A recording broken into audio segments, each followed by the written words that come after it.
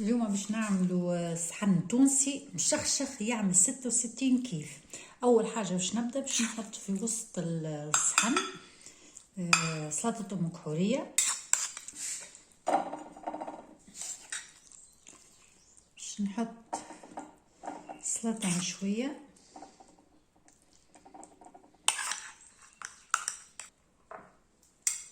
باش نحط هنا سلطه تونسيه، سلطه خضراء تونسيه. هنا بعد ما حطينا سلطه ام كحوريه، سلطه خضراء، سلطه المشويه، باش نجي نوزع البطاطا مصموطه، باش نوزعها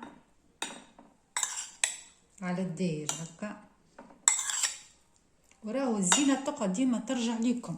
لهنا لازمها الكعبه العظم المروبه باش نحطها على سلطه ام كحوريه، يعني تتصمت مروبه عليها. تو شنو قعد باش نعملو؟ باش نعمل شويه معدنوس هكا، ندور معدنوس عليها. عندنا لهنا المالح اللي هي الخضر المخلى، زيدا نرشو عليها هكا شويه تعطيها بنه معاك الحموضه اللي فيها. اللي باش نحطو توا الصحن التونسي وما أدراك الهريسة العربي، على لازمها في طاولتنا، لازم ندوروها. الهريسة العربي حليتها في شوية خل وزيت زيتون هكا، هو هريسة عربي دياري. الهريسة لازمها راهي في الصحن التونسي، لازم ما يجيش صحن تونسي من غير هريسة. إذا ما تحبش هريسة عربي تنجم تستعمل هريسة النبلي.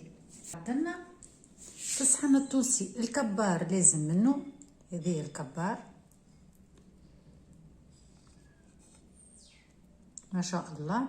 عندنا الزيتون المقصوص، بالزيتون نزيدو نعمل الزيتون، هو مش نخلط يعني الزيتون مقصوص والزيتون هنا معمول في الدار. وبالطبيعة باش نشخشقوها بالثوم، ونكملو نحطو عليها قرينات فلفل برلعبيد. وهذايا صحنا نتاع صحن التونسي احضر، ان شاء الله تجربوه. شوفوا ما شاء الله كل منظر محلاه.